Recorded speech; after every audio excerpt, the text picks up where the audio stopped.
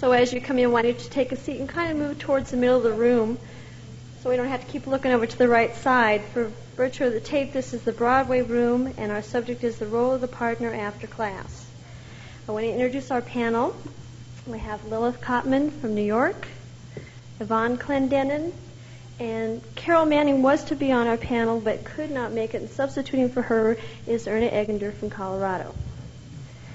Now, after class has a lot of topics, I'm sure. We have decided to pick 3 specific with respect to this, and after each committee member has discussed their topic, then we'll open it up for questions. And our 3 topics are encouragement in terms of keeping those people, the would-be dropouts, not letting, so we don't have an attrition rate like we seem to have these days. We also are going to deal with continuity, helping new dancers adjust to the older dancers so that there's an even flow from graduation into the club. And we're also going to deal with guidance. We have a problem in some areas where dancers are graduating and moving up from one level to the next, that within a year we have A1 dancers that graduated a year ago. So we're going to try and deal with all these, and then we'll open it up for comments and questions, and then kind of let it take any direction that you feel is important to you. Okay? So we will start with Yvonne, and she'll help us talk about continuity. Thank you, Gail. She didn't say I am from Oregon. In case some of you don't know, I know she's forgotten. I'm more nervous than what you are, Gail. As callers partners, we must remember, or we know that we are there at classes before, during, and after year, and our club takes care of the classes. We just call for them, and we change board members, we change class chairmen year after year, so they don't always know what problems came up the year before or in the past, and we're there and we're able to take care of them and give them a little bit of guidance. Our club is real strong, and I don't have a whole lot to do because they just pretty well take care of things. But I do keep my eyes and ears open, and there are times sometimes when they don't even know you're there, and they'll make some little comments, and I can then take them to the club or to my husband, or we can find out what the problem is and take care of it. We may have some shy dancers, and I think everybody has some shy people that maybe even through class haven't quite mixed.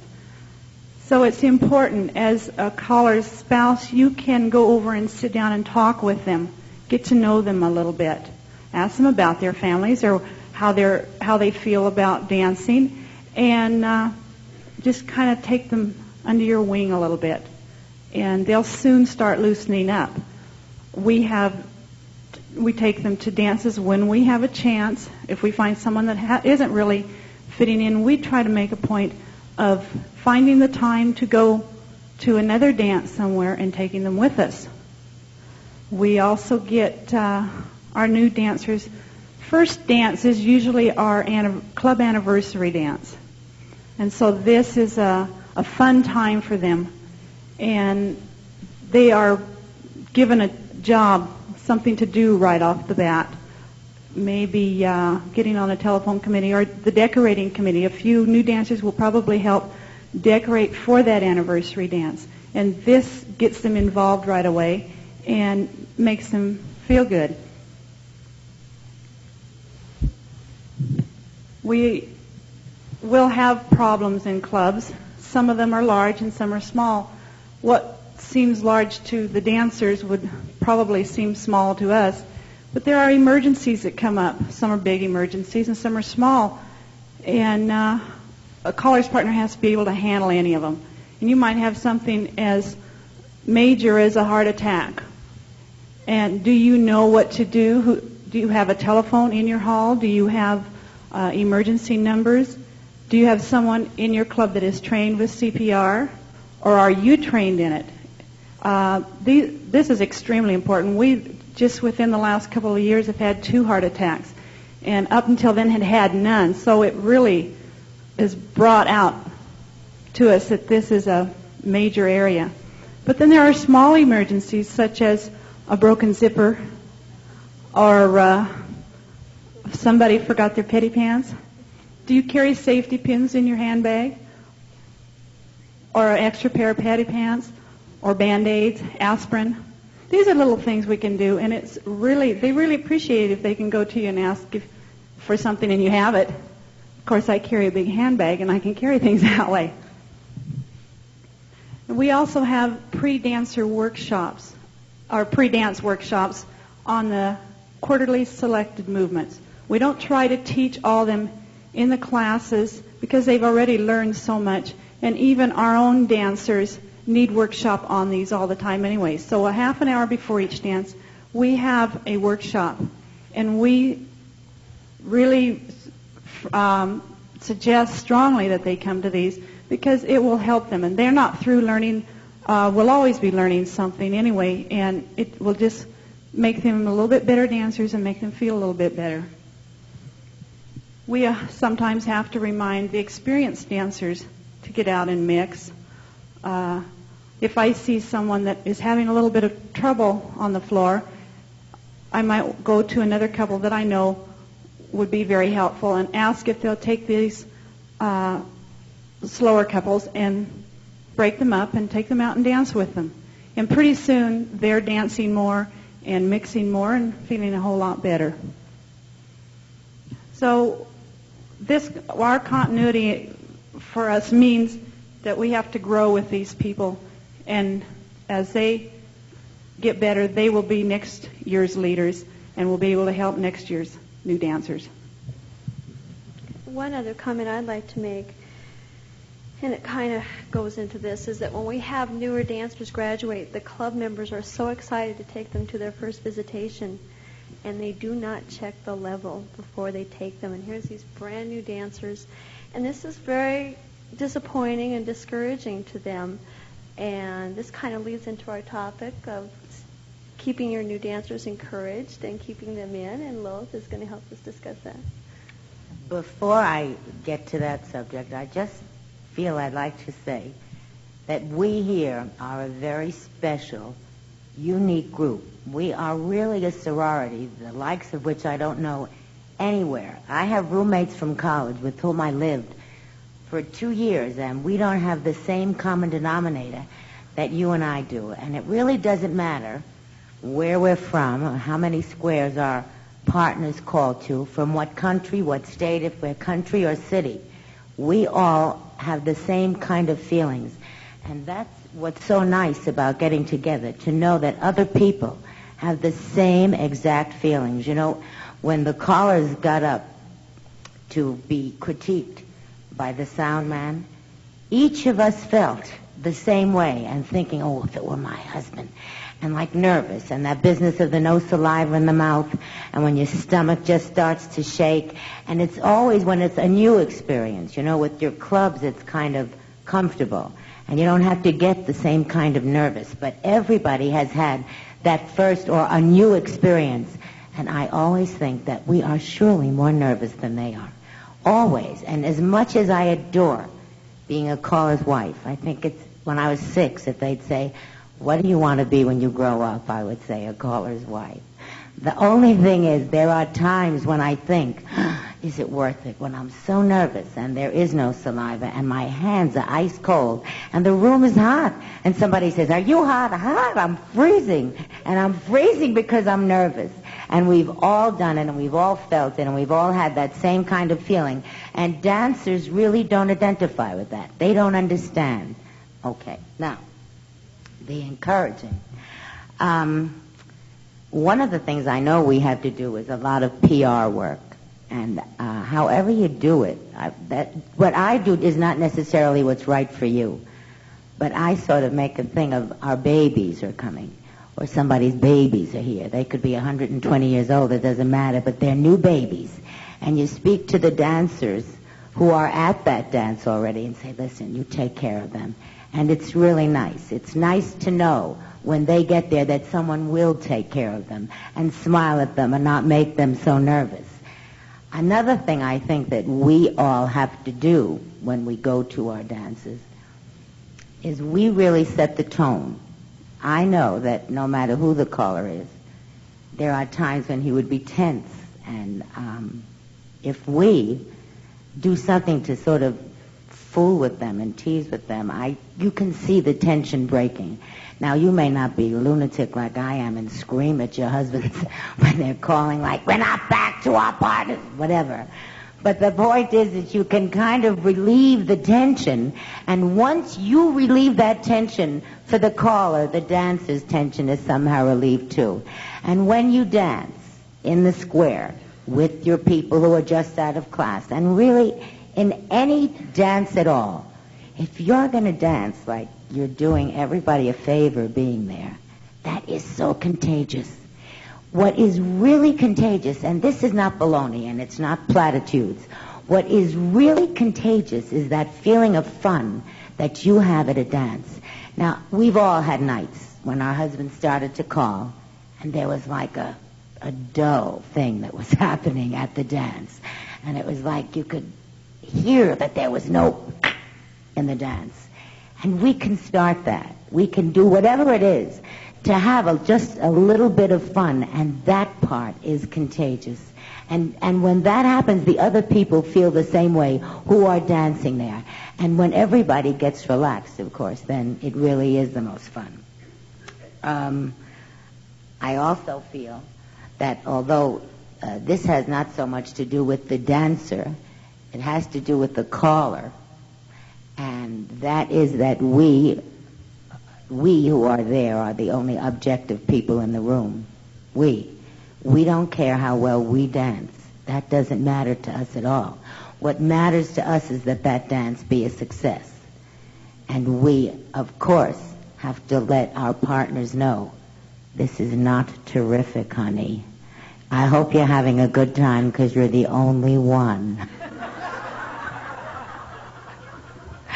But the truth is, and I have to tell you another thing. If you think that there is one guy married to any of you who likes to be told that he's not doing a great job, you're crazy.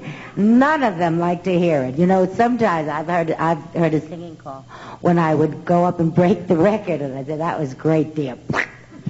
How could you do that? Well, you could. But wait, I have to tell you this. The only reason I really feel that I could do that is because when he's great, I'm the first one to tell him he's great. And you have to be the same. You can't only tell them that they are terrible. When they are terrible, and everybody is terrible at some time, you have to tell them when they are great. That way you earn the right to tell them when they're not so great. I guess that's... all right. If your dancers in order for someone to take square dancing, they must be gregarious to begin with. Otherwise, they would be social dancers. And square dancing means that there are going to be 7 other people that you're going to touch. And that means that those people want to be touched, not only physically, but emotionally. So that it behooves us, when dancers don't come to a dance 1 week or 2 weeks, to say when they do come, hey, where's your doctor's note? Where were you last week? Or whatever. Just let them know that you missed them. And it matters to them. It really does. It matters to them that it matters to you that they weren't there. I guess that's all. Did Lilith say that she was nervous before she started? One of the things that's important to me, particularly in our area, is that we have dancers that when they come out of a class, that they are happy to become proficient at one level before moving on.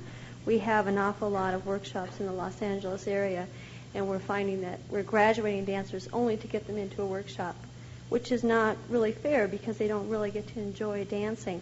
And Erna is going to kind of help us talk about guidance in terms of telling your dancers in a nice way not to move up too fast and not to burn out, but to take it at an easy level so that you become proficient at one level before you move on to the next. Thank you, Gail. Lil, you may tell your husband that he's terrible some nights, but do you think it's fair to tell other people that maybe he's inadequate? Betty Juritzma told us in the round dance meeting yesterday that Harmon was inadequate.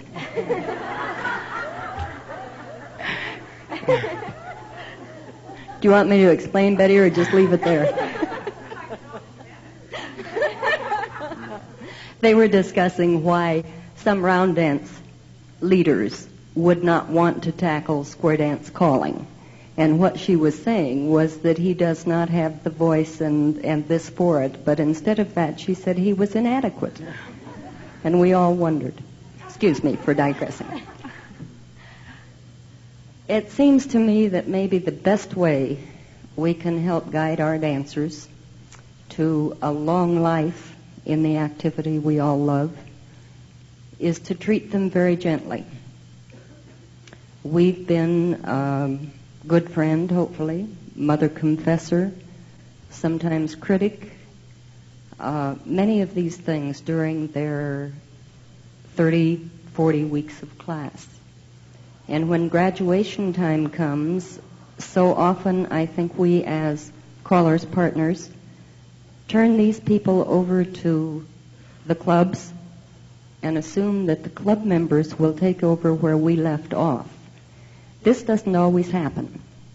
And I think we need to help encourage our clubs to make a special effort to help these people feel a part of the square dance activity as soon as possible, a part of the club as soon as possible. And by this, I don't mean elect them as president, vice president, etc., their first year, but get them involved on committees, get them involved on decorating, as Yvonne said. Make them feel that they really are an important part of the group they have just joined. If it is, hopefully, a mainstream club, they will be happy dancing with the people that make them feel comfortable, that make them feel a part of the group. Angus McMorran, at our legacy meeting last year, shared with us the way his club in Canada handles this situation of new dancers going into their club. They assign 2 dancer couples to each graduating couple that's coming into the club. The graduating couple does not know this, hopefully. The reason they assign 2 couples is so if anything happens, one can't be there, there is a backup to take care of this new couple.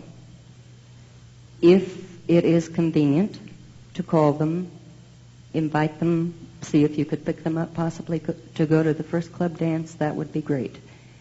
If it's not, meet them at the club. Make sure they're not sitting on a bench back in the corner by themselves. Make sure they meet other club members. Make sure they dance in a square with older club dancers, that all of the newer dancers don't get in a square together to discourage each other. By the time maybe 6 weeks has passed and the new couple discovers that they have been assigned to some couples, they've already made new friends and they really don't resent the fact that these people have done or started out being a buddy because they were asked to do it. This is one way, I think, of getting them into an active part in the club as soon as possible. And again, I'd like to stress, please don't put them in office that first year. Give them a chance to get their feet wet. During the summer, most of our classes graduate in the spring, at least in our area they do. During the summer, find mainstream dances. Call them, invite them to go with you. Don't just say, give them a list of dances and say, this is where you can go to have a good time this summer. It's very hard sometimes to go as one couple into a group that know each other well. If you possibly can do it, pick them up, take them with you. Keep them interested in your club, in other clubs that dance at the level they should be at. Encourage them to become the best possible dancers at that level, and I think they'll be happy to stay there for a while. Thank you. With regards to how to keep people around after graduation, we got a cute little card, one of the few that people responded by, and this lady said, after evening classes, we fool around with each other. And I thought that was kind of cute, and I'm sure she means that they socialize for coffee or what have you afterwards, but it... Are you sure? Well, I'm going to give her the benefit of the doubt. So she also made the suggestion that they have an easy level workshop, more or less, just kind of a carryover from class that they do during the summer, so that when their new dancers start again in September, they feel real comfortable with the club level and they're ready to go. We have a great deal of drop-off during the summertime in our area. I'm really interested to hear what you guys have to say, or any questions you might have to ask that pertain to our subject, or really anything that is of interest to you. So please feel free to use our microphones, and if you have any other comments, committee, on anybody else's topic, go ahead. On Erna's comment about them going out to other clubs, we find out through our Callers Association what levels the different callers are calling at their club dances. Then we take this back to our president and the board and let them know what clubs they can plan their visitations to. That way they're not going to go out there and take those new dancers and have them clobbered right off the bat. Gail, while she's getting there, could I mention one thing we do in the Denver area to help get the new dancers into the mainstream activity? There is a fun friendship frolic dance every spring, which is, at the time, classes are graduating. This is co-sponsored by the Callers Association and the Dancers Council. One ticket to that gets two couples in, but it has to be an experienced couple and a new dancer couple. You can't buy one ticket and take two couples that have been dancing for a while. And this we have found very successful. My name is Karen Saunders, and I'm from the Seattle area. And this is my first year, and I've got a lot of information out of all of the sessions I've attended. I've got a couple of things. First of all, on the class members getting out and dancing, one of our clubs sets up class caravans. The club members go with them, take them, and they do this from when I don't like to say lesson level, but when the beginning dances start, they keep taking them throughout the year until they're ready to go into the club dances, and then they continue doing this. And then the first lady talked about CPR. I'd like to ask a question first. How many have had either their husbands or caller partners? How many have had CPR training?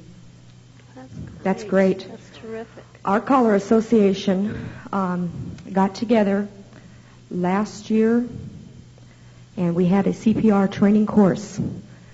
There was no charge involved, as it turned out. But we invited the fire department in. They came and they put on a presentation. Ourselves and our husbands took part in this, because what better position to be in? Your husband's on the stage, he can keep their attention, and you can be out there helping somebody. Well, not only that, excuse me for interrupting, but CPR done correctly is a team effort. And someone has to breathe and someone has to do the CPR. And unless either one of you knows how to do it correctly, you're only going to damage your victim. That's right. And if a husband and a wife know how to do CPR correctly, you can save a life very rapidly. So for a caller and his partner to learn CPR together, it's just because you can be there immediately. Because you can't always guarantee that one person is going to be able to do the other part while you do the CPR. That's right. Plus, those dancers are looking at you because you're in charge. Terrific. I'm Coco Sutton, and I'm from the Portland, Oregon area. I would like to encourage all of you to encourage one of the couples from your club to take CPR. Reason being, the caller is going to have to keep that dance going. He's going to have to keep the rest of the people away from the person that's having the heart attack. So if you could encourage someone to take the class with you so you have someone else, it would be a great help.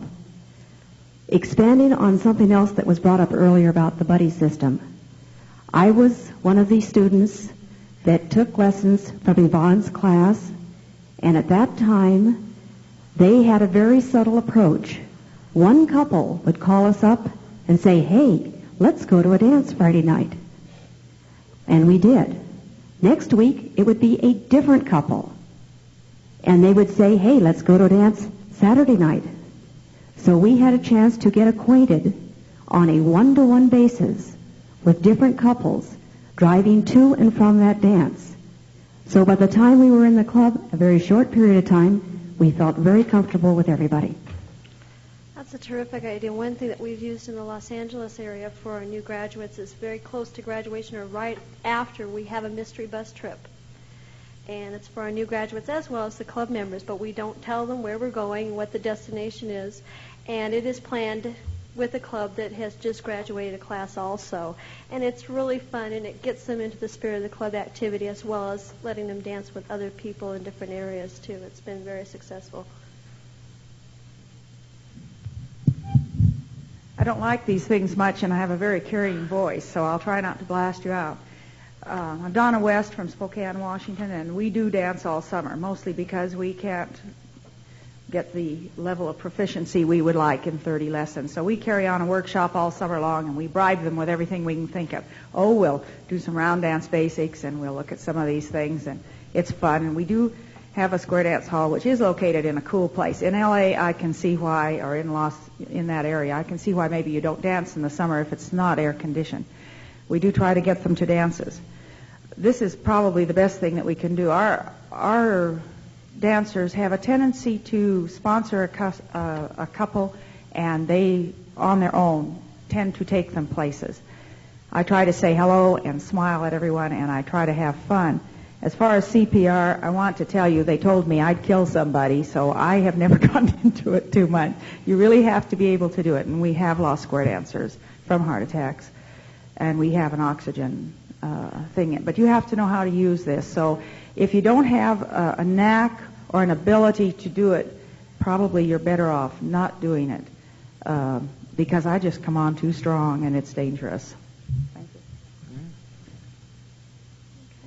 We have had some cards turned into us, and many of them are from the other two preceding sessions that we had. They didn't have a chance to get to them.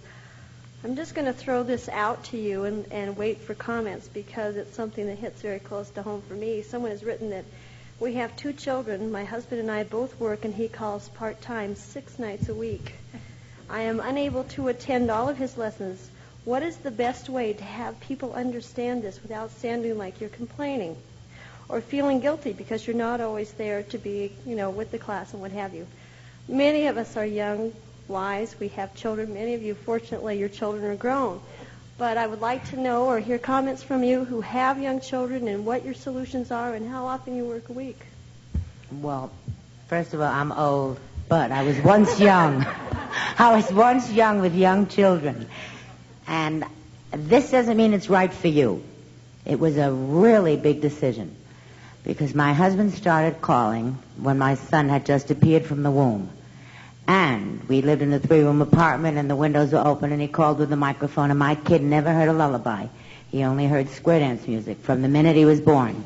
And it was a decision that I had to make. Was I going to be the best wife in the world, or was I going to be the best mother in the world? And that is really a big decision as far as I was concerned. And for me, the decision was, if I was going to be the best wife, then my kids were going to be in better shape than if I was the best mother and not the best wife. So that what I really did was go with him almost all the time. The time that it was a big difference was when they were ill. And that happened a few times. When they're little, you never know. And those are the few times that I would stay home. But other than that, my children thought I was a day worker. They would say, Ma, are you going to be the babysitter tonight? It never happened because we really had babysitters right away. And as I say, it was an expensive thing. Well, then we pay 50 cents an hour. Now I think it's $1.50 an hour. Try $2. $2. You know how old. Oh, well, anyway, we paid the 50 cents. And at that time, I guess the 50 cents was what it was today. And I think that, unfortunately for us, we have to work double.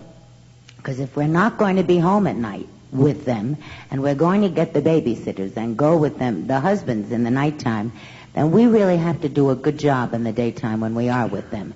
And I have to tell you what I really think. I think that the women who are home day and night, 24 hours a day, 364 days a year, they go out one night. have to be not patient with their kids. Now, we really can't have much of an excuse, because in the nighttime, if you do decide to go with your husbands, then you should be wonderful and pleasant in the daytime with your children, because you're not bored with being in the house. And as I say, it's a decision that you have to decide on which would be the right thing for you. My name is Marcy Yoder. I'm from the Portland area. This was a topic I hoped we would get on. We have two sons who are teenagers now. They're 14 and 16, and it has been rough.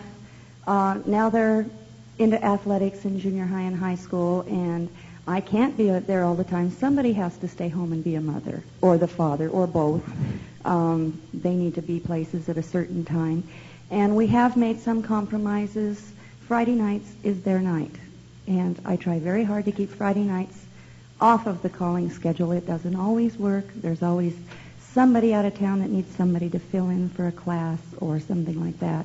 But it has helped. And Saturday nights, now that they're teenagers and they are developing a social life also, we try to tell them, hey, Saturday's our night, Friday's your night. Let's try to compromise. And I can't say that it's working yet because it's new, but it's a suggestion. I hope it helps somebody else. I hope it works for us. Marcy, may I ask, was this a decision you made together? Did you talk about it and decide that this would be the night to keep for the children? Basically, yes. That's great. With a little bit of stomping and screaming. On her part. I said something. But you finally got him to listen. You know, they have dances to go to now. And Friday nights are game nights and junior high dance nights. And so it was a logical, and Saturday night is our club night and our visitation nights. So, and they are also involved in a preteen group that's a Friday night group that Daddy had to fill in for a year and a half. So we've been involved with them that way, too, on the Friday night thing, but they're kind of getting away from that. And they do need their night, too, and they need somebody home, somebody to take them, because they don't drive yet. But, so we try to work our plans around that. And it's kind of neat to have a night to just get together with somebody locally and play cards. And run and pick the kids up, you know, and it has helped us. We needed that too. We have a very small son. He starts school in September, and we have kept Sundays. But you have to make, it's a mutual decision. You have to decide you're either going to do it or you're not going to do it. And I used to feel so guilty until I got to the end of the driveway. And I got over it real fast because it's true, you do need that time out. And many ways they're better off for it if they're very well cared for at home. So it's important to make it a mutual decision. Yeah. I'm Irene Chapman from California. I came back this afternoon with a specific thing in mind, and this is part of it. And I know it would cover quite a bit of time, but I feel something that's being missed and that should, maybe in the next Caller Lab, could be handled. And this, although some great ideas have come out of this, I feel there needs to be something on partner survival. There are different feelings on this, but I've spent a lot of time in the last 2 days talking to partners right here at Caller Lab, and many of them have things that they just can't cope with. Their feelings and why they have them, and there are many things that I think could be covered. Just a suggestion. That's a very good suggestion, and we as a committee have tossed around the idea in the future of maybe meeting in small groups, because very often it's difficult to talk about things that really bother us on the microphone. I'm absolutely petrified of the microphone. But if we met in small groups, we can even break it down into age groups or number of years in the calling field. And that No. not age. No, we won't do that too You long, need but us old people to help, huh? I didn't say old people, did I? But we have a lot of young callers' wives, and a lot of them were not dancing before they married. And adjusting to that is not real easy either. But don't let me hold you up. Go ahead. That's okay. Back to the subject of children, like Lilith said, maybe what works for her would not work for me. I'm not a young caller's wife, but I have children that are still in school. And a long time ago, I made a choice. And I don't think for me it had to do with being the perfect wife or the perfect mother. It was where my priorities lay. at the time. And I feel like that my husband calls so many nights a week. Our mainstream classes are on Friday nights, and that's always the night I go. Maybe this lady that has 6 nights a week could pick a night that she can go, maybe on a Friday night or Tuesday night. Maybe she could pick one night a week, because I feel like my family is very important. I had my children myself for me because I wanted them. And they're going to grow up, and they're getting there fast now. And pretty soon they aren't going to care whether we're there with them or not. And I feel that right now it's important for me to be there with them, to do homework, to run them to their ball games. It's important for us, for one of us, to be represented at the sports and the different things they do. It makes a difference in their attitude towards square dancing. I don't know if I'm really from the old school as far as my husband is concerned, and this sounds dopey, but I really try to protect him, and always did, inasmuch as he teaches school in the daytime and runs out every night and calls.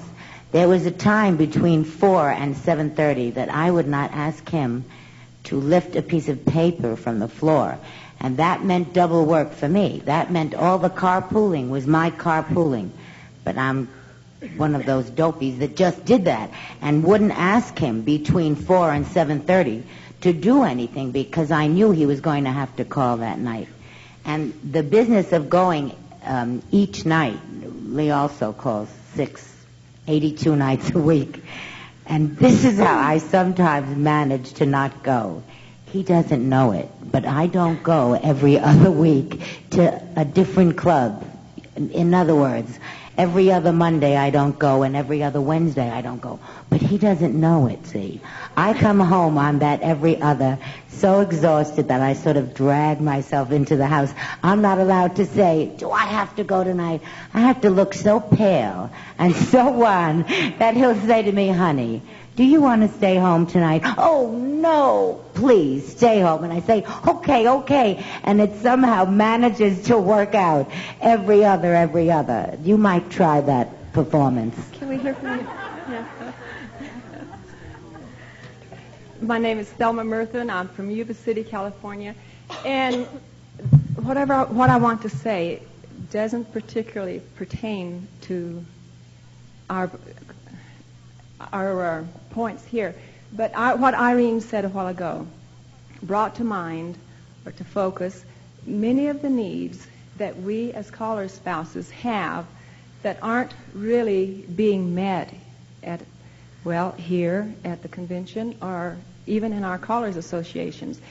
I think we as spouses are really lagging behind in educating ourselves as a group to our needs, or even bringing into focus what our needs are. Because a lot of the spouses here that I've talked to during the breaks, they came here hoping to find an answer to their needs, and I said, well, what are your needs? And they said, well, I'm not really sure what they are. I was hoping that I would come here and they would tell me what these needs are. And in looking over the program for the callers, we found all of these committee sessions that are going on, and some of these experts that they bring in, like Arden. And what experts are we as callers' wives or spouses bringing in that will help us with our problems? And I look again and see at all the things that the callers have to do to become accredited callers. And did you ever give any thought to what it would take for a caller spouse to become accredited? You think about it sometimes, and I think it would be a long list.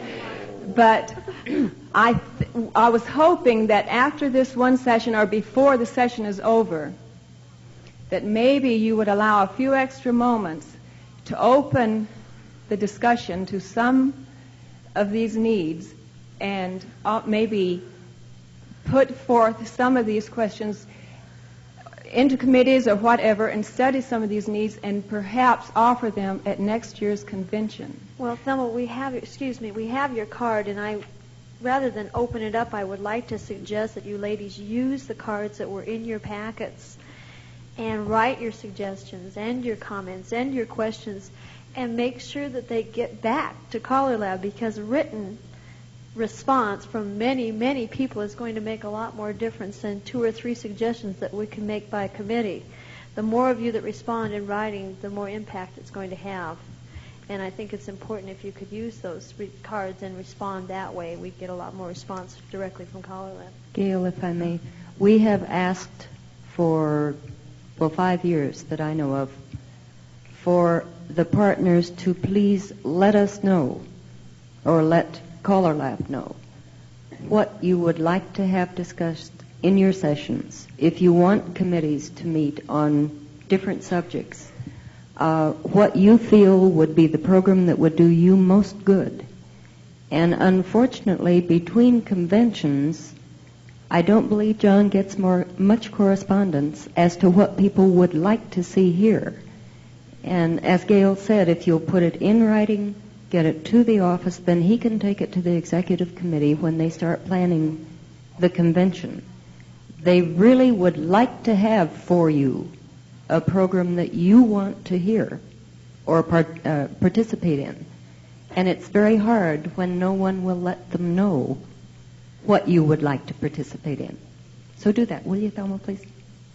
I'm Mark Weber from Victoria, British Columbia. Somebody said that some of the girls don't know what they want, and maybe this might be an idea. I know we've been very lucky to have callers come into our area, and with their partners that did help us a lot. And maybe a few things that I know we asked, and if the girls really don't know what they want, I know what we found was how to help your husband cue his sound when you're back at the back of the hall, how to tell him that the music's too loud or he hasn't got enough voice. There's a difference every time a record comes on. None of the records are recorded the same. And how to do this. Maybe some of the girls don't realize where their problem is, that it's not their husband's fault that all of a sudden his voice is gone and the music's drowned them out. It's the record. And how to tell him how to do this. How to talk to your people when they first come in. I say to my beginners, if they all got together the first night and said, what did she say to you the first night, it would probably be the same thing. It doesn't matter as long as you talked to them and encouraged them and made them feel as if they were important when they got there. But I think this is what a lot of the girls are looking for, is how to be a caller's partner and to take part in that activity. What's wrong with the call he just gave? What was the matter when you danced it on the floor with him? It didn't feel right. So all I go up to him, I say, that didn't feel right. Write down that square right now, but we'll talk about it later. Don't talk about it then, because that's not the time. But at the time, go up to him and just say, hey, put something alongside of that. There was something about that square I didn't like, because then I will remember what it was. And I think these are the things that maybe the girls are looking for to find, but they don't really know what it is, because we get very confused when we're all night at a dance. And where was it through that dance that something went wrong? Either have a little pad of paper or something, and either write it down yourself. But I think mainly we're looking for how to cue our husbands on sound, how to tell them that you're coming over like a bomb, and things like this, because there are times that they are just absolutely bombing out, and, you go up there and say, come on, do something stupid, but get them going. And I think maybe this is what us as partners are looking for when we come to a session like this. Thank you. Okay, Yvonne, I think you had a comment. Well, we settled our little problem by my husband learning to call without a monitor and listening and learning how he should sound without me, so that I could be home with the children when I felt I needed to be.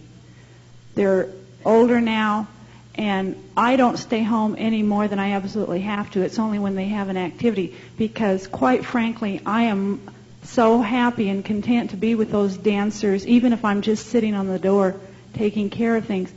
I can be feeling sick or depressed or anything, and I feel so much better when I get out there, because square dancing is such a great activity. But there is some way to handle it, but you do have to figure it out between yourselves. Together. Mm-hmm. Together. Yeah. I'm Sue Kadish, and my husband and I have decided that rather than go up and tell him you're bombing out or something like that, we have little Sign language. And sometimes all I have to do is look at him and give him a look with my eyes, and he knows that that particular song is not right, or it's not coming across, or the music needs to be, it's that you really can't go up, because then you ruin his whole evening too. And if somebody asks you to dance, I don't feel like I can say, well, I'm sorry, I can't dance, I've got to listen to the music. You can dance and listen to the music and then tell them later. That's the way we do it. There are those nights that all of a sudden they're struck blind.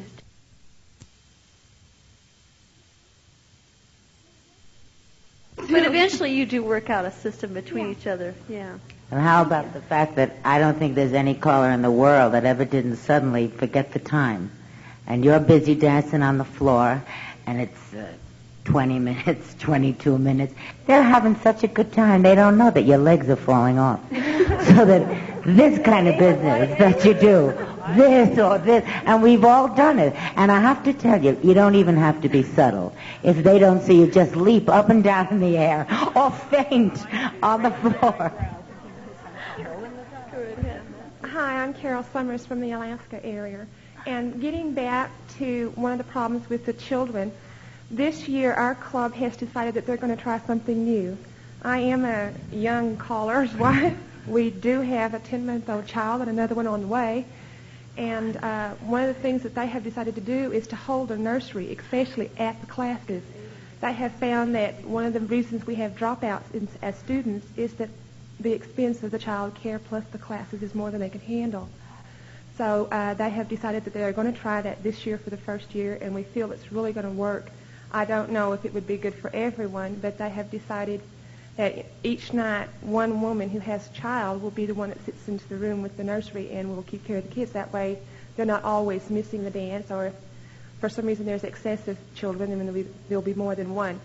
But we're really looking forward to trying it, and hopefully I think, if you've got people that want to try, I think it would be a good idea for everyone, even the caller's wives. That's a great idea, because we're always trying to get younger couples into the activity, and it always seems that because they have children, they don't have the freedom to come every week. I think it's just a great idea. We have someone in the back. I'm Kathleen Clark. I'm from Olympia, Washington, and I wanted to follow up on what Thelma was saying about our needs as callers' wives, and I realized that you wanted us to write cards in, but I wanted to share some things that I felt we needed because I thought it might spark somebody else to write a card on the same idea. I like to see something on self-identity. I think too many times we get buried as the caller's wife, and we forget our needs and everyone else forgets our needs. And I've been married for 7 years, I've been dancing for 7 years, and I've seen 7 marriages go down the drain, callers and their wives. And I think a lot of it has to do with communication and maybe us getting lost in the shuffle.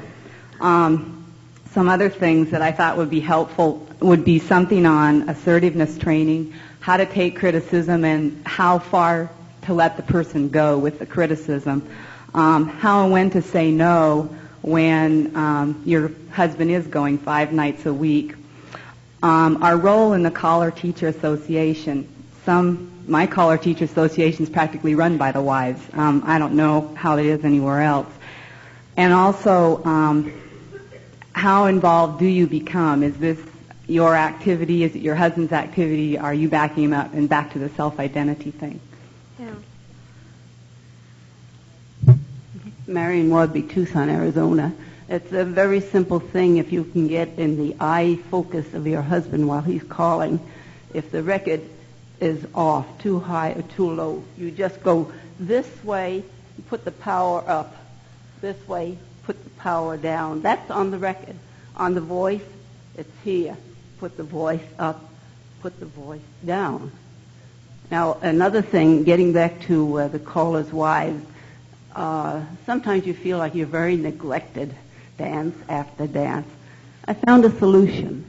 A little name badge that says caller's wife. I like to dance too. And I found that the wives would send their husband over and ask me to dance one dance. My husband will introduce me and say she dances, but she falls down a lot. We just lost power. Do you have it? No, it's back now. Okay. Go ahead. I was going to say that there is a problem. We're talking about needs, basics. How about when you go to a dance and there is someone there who you really don't want to dance with whom you don't want to dance, the English teacher, and he asks you to dance, and it's not just one night or one dance or one tip, but he figures he's got a good partner on Saturday nights and you really don't want to dance with him. Well, I tell you, again, it's not necessarily right for you. But I really don't like to dance with someone that I don't want to dance with. And I don't say that it has to be Rock Hudson. But I do say that he has to be someone that, now I try really not to hurt the person who will ask me to dance. And if it's a steady thing, it's not a one-tip thing. It's the kind of thing where the guy says, well, I don't need a partner because she's there and she'll dance with me. And I think that that's a problem that we've all come up against, and something that you really have to find the right solution for. And I guess just being polite, and I refuse to just dance a whole night with someone I really do not care to dance with, which may be selfish, but I do try to do it in a nice way. But, I guess maybe you have other feelings about that. Joe, we have someone in the back. Yes, my name is Betty Davis, and I'm from Seattle, Washington. And I'm sorry to say my husband is in the room. But anyway, I don't want to let what Kathleen and the other lady started die right here, because I feel it is a very important topic. There must be a number of us who are professional women who are also married to men who are very involved with calling. I want to say I love square dance calling, and I love being involved in the activity, but I also love myself. We have to somehow come to some kind of a compromise as to what are we going to do, how much of ourselves are we going to give, and give willingly, so that our marriages can endure, because this is really a serious situation. We've seen quite a bit of this in just the last year or two, and we don't want to become a statistic. I find that I really have to make my needs known to my husband. I cannot let him say to me, would you like to stay home tonight? But I have to let him know, I don't think I'm going to be able to make it tonight. I try to do this in a way that I know it's not going to create a problem. I mean, if it's something where I really have to be there, I will be there.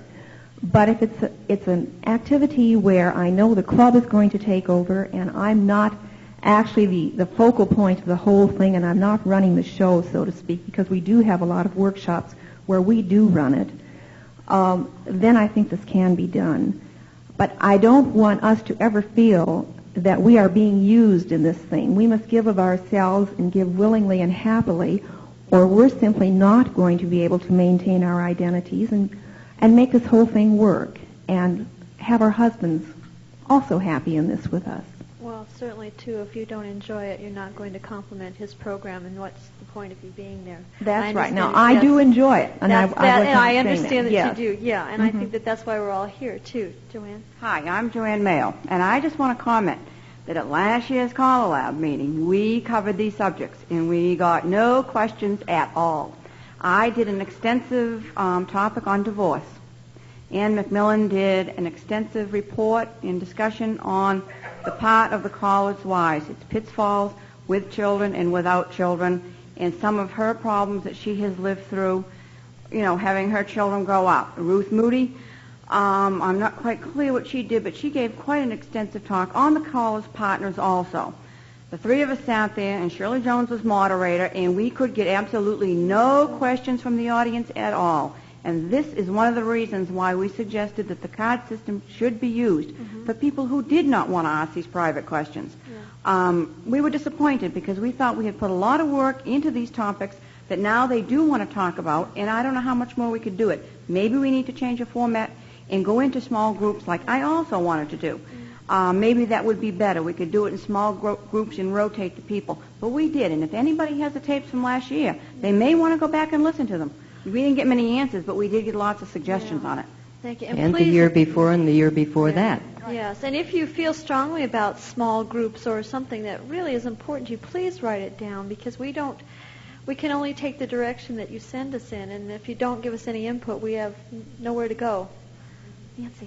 Nancy Yates, Escondido, California, and I'm sitting here with so much to say, but I mean, everyone's qualified as a caller's wife because you've all been through the same thing that I've going through, that I've been through. You're going to go through it. You've already been through it. But I don't really feel that you're qualified as professionals to answer my problems. So maybe a marriage counselor for us next year, or a group of marriage counselors, or even a marriage encounter I think would be a great idea for all of us. And or just little groups that we could all get together and discuss. You know, like Lilith, she said that she, you know, if she don't like his record, she goes and breaks his record. I used to could get away with that. You know, he let me criticize him until he got to a point where, I don't know, he was too good. He didn't need my criticism anymore. I was too hard on him or what. And now he says I intimidate him. You know, I really would just as soon you say stay home. Did you tell him when he was wonderful? Always. That's what I... Always. I always, you know. They have very strong egos. Oh, these callers, and all very, of them, very are sensitive. artists. You know, they really are. And I know that Picasso didn't like it if his wife told him that he had a lousy line. He wanted all his paintings to be considered great. And callers are artists, and they don't like criticism. They really don't. He did in the beginning. When he first started out, when the kids were 9 and 10, and he was a new caller starting to be, he wanted the help, he wanted the criticism, he wanted me to tell him when the music was too loud or the voice wasn't loud enough and things like that. And then it just kind of went into a pattern, and all of a sudden it bugged him. All of a sudden he doesn't want me saying this to him anymore. You know, you intimidate me. Why don't you just sit there and keep your mouth shut? When I really don't want to. I want to go up there and break the records. Say, hey, it stinks. You know, pick a new one. That's a hard thing to answer. It is hard to answer. That's why I say I've got a lot of things to say. There's a lot of, and I'm sure all of us feel the same way. We're bubbling I think with we're things. just hoping that by everybody contributing that maybe somebody can find answers. Okay, can I get a stack of cards? I'll give you a stack. Thank you. Out at the desk. Becky, I don't want to interrupt you, but Vivi Hay was waiting for quite a while, and I think I kind of ignored her. Vivi, do you have something you want to say?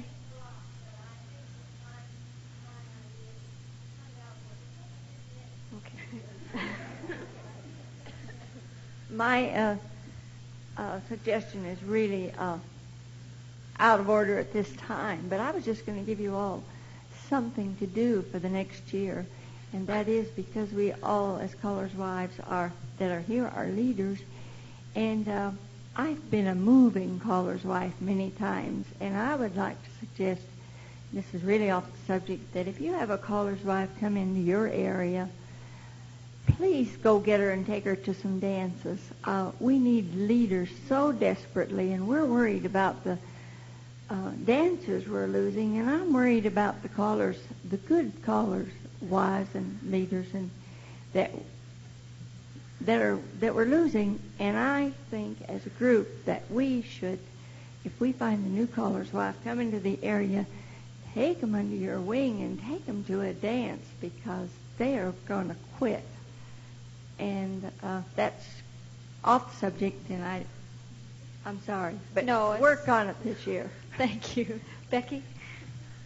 Becky Osgood, Los Angeles. What I'm hearing here is that just like with dancers, we have a tremendous variety in callers and the amount of time they put into the activity and the approach and attitude of their wives. We're all very, very different, and there isn't going to be any pat answer for these problems. But one of the things that I would encourage all of us, including myself, and those of you that work with new callers that are coming along, because there's always somebody to help, and that is to consider balance in your lives. And when callers are new, perhaps that's the time to approach it. I may be speaking at odds with myself, being in the business 100% of the time, but I really believe that callers and their partners need to have balance. And I get very disturbed when I see young callers' wives stand up and say their husbands are calling 6 nights a week. I think that's very difficult to keep a marriage together. I think it's very hard on your partner, and I think it's hard on your children. Now, you have to work this out individually, and many of you do work it out successfully. But as the years go on, I find that those callers and their partners that have a sense of balance in their lives are the ones that are working out the most successful marriages and families, too. And I think it's something that we all need to consider. Now, that means communication between husband and wife, and that's going to be different between each of us. Lilith may break a record. Somebody else may do something else. But communication is terribly important, and it has to start at home. So I don't have the answers, but I would encourage those of you who work with young callers that before they get to the spot that the last speaker spoke of, that you encourage them to have a sense of balance in their lives. You also will find, or have already found, that whatever you do will give you fodder for square dancing.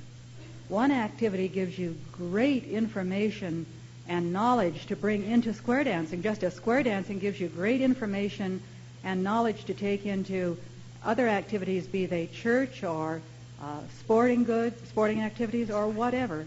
But a sense of balance, I think, is just terribly important for all of us.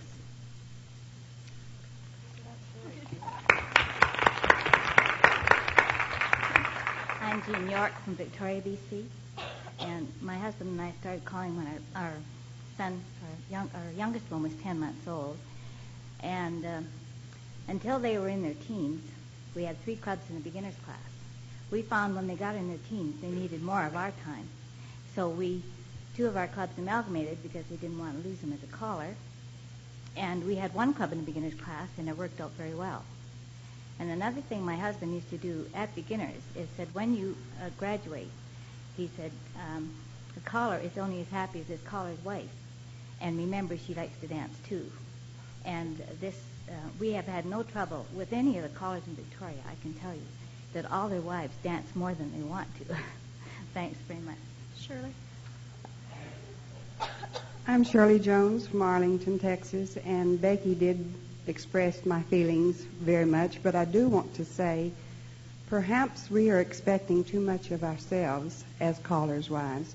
Have we put ourselves or our idea of a perfect caller's wife too far above us? We are, after all, human beings, and I feel that maybe we shouldn't have to apologize to our husbands, to our dancers, for not wanting to go to that dance that night. We're human.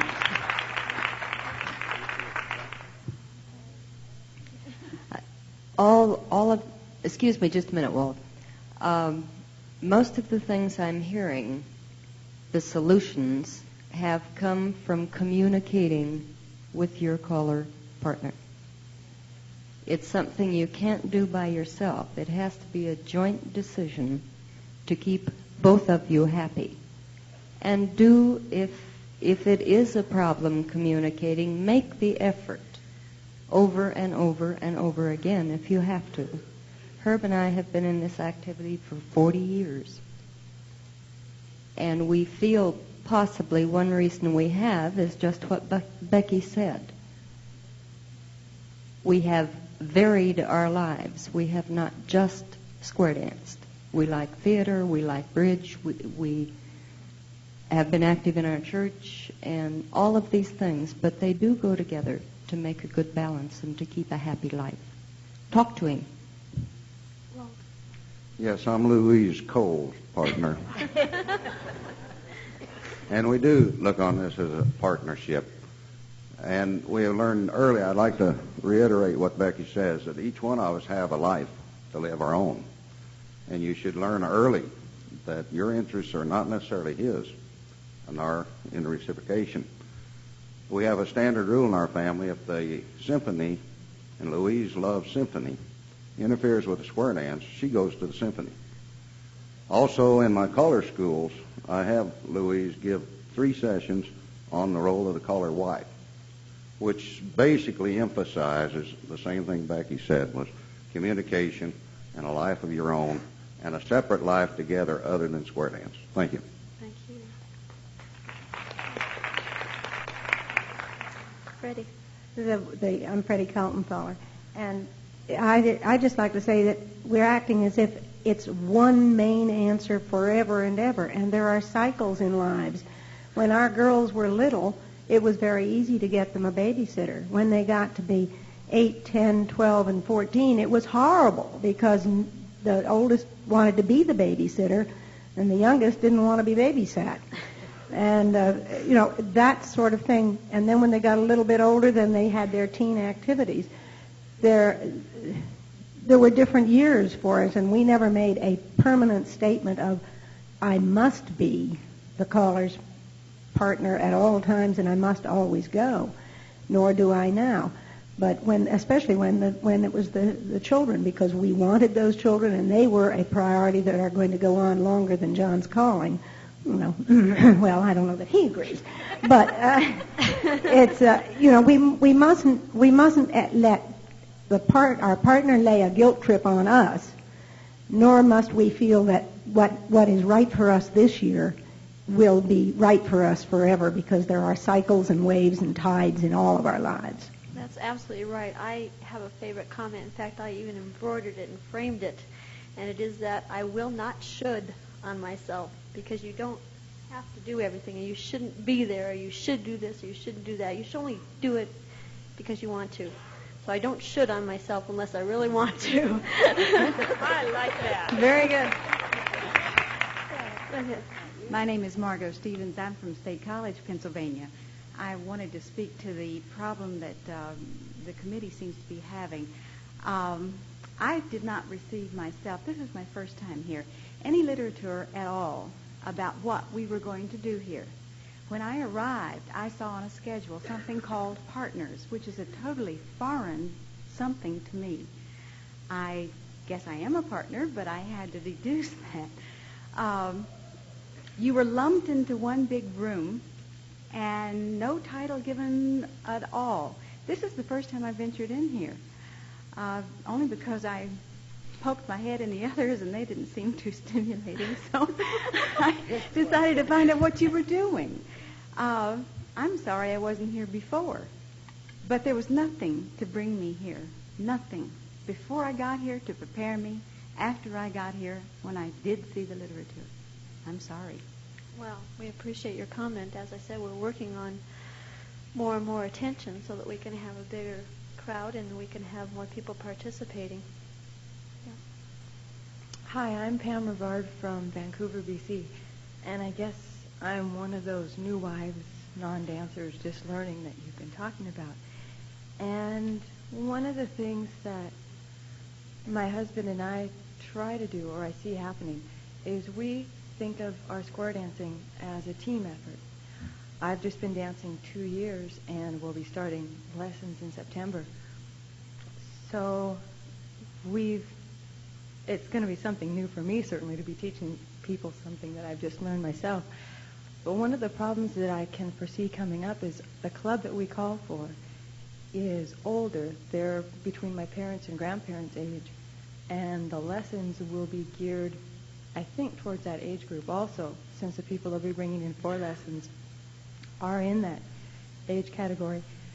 And one of the things you mentioned was calling or referring to the new dancers as your babies. How do you do that when it's in reverse? That's fine. I think that there's nothing wrong with calling somebody twice your age your baby. They don't mind that. I don't think. I do that. They don't mind it at all. I know our club members, they seem to appreciate it a lot that we're there. But sometimes when it gets that my husband is trying to correct them, you can see that they start to bristle a little bit. And I don't know if it's the age difference or the method that he's using. I'm not sure. If you don't mind that I speak from personal experience, I learned to dance when I was 15, and my husband and I have been married 11 years, and as Jack Lasry said yesterday, we both look like we're 19, which we're not. But I think because we look so young, it was difficult, and I think if you enter into it with a great deal of confidence, and I'm not saying to be overconfident, but to be confident that you're doing something to help them and that you're there to help them have a good time, that sometimes helps to bridge the gap of age, really. I do have a few questions. How many of the callers' wives cue the rounds? Can I see maybe a show of hands? Are there a lot? Not many. Not many. And how many of the callers' wives, this came up in a conversation, help their husbands by writing patterns for them? Or is that not done? Should I do that? Oh. Yeah. Well, it seems that I don't know, square dancing is really a lot of fun for me, maybe because it's brand new. But it seems that getting involved, square dancing isn't a full-time activity for us. It's just one of our hobbies that we enjoy doing, and we both like to get involved in it. And I think that, like Jackie was saying, that to get some kind of balance in your life where you've got lots of different things that you're interested in, and you do the best that you can at them. Very good. You have a good attitude for just being in it such a short time, because it can be really overwhelming. It was for me. Does my committee have any final comments? Because we're just about to wrap it up. If anybody has anything else they'd like to add. Well, we're not extremely old in the activity or by age either. However, we call all of our dancers our children. And we had a couple the other night find out how old we were and realize how much older they were than us and couldn't believe it, because we don't let age have any influence on what we're doing, on our activity, because to us everybody is the same. They're all out there having fun, and we love every one of them. I'm going to ask you again, if you don't have the cards in your packet, please stop at the registration desk and pick some up and write your comments down and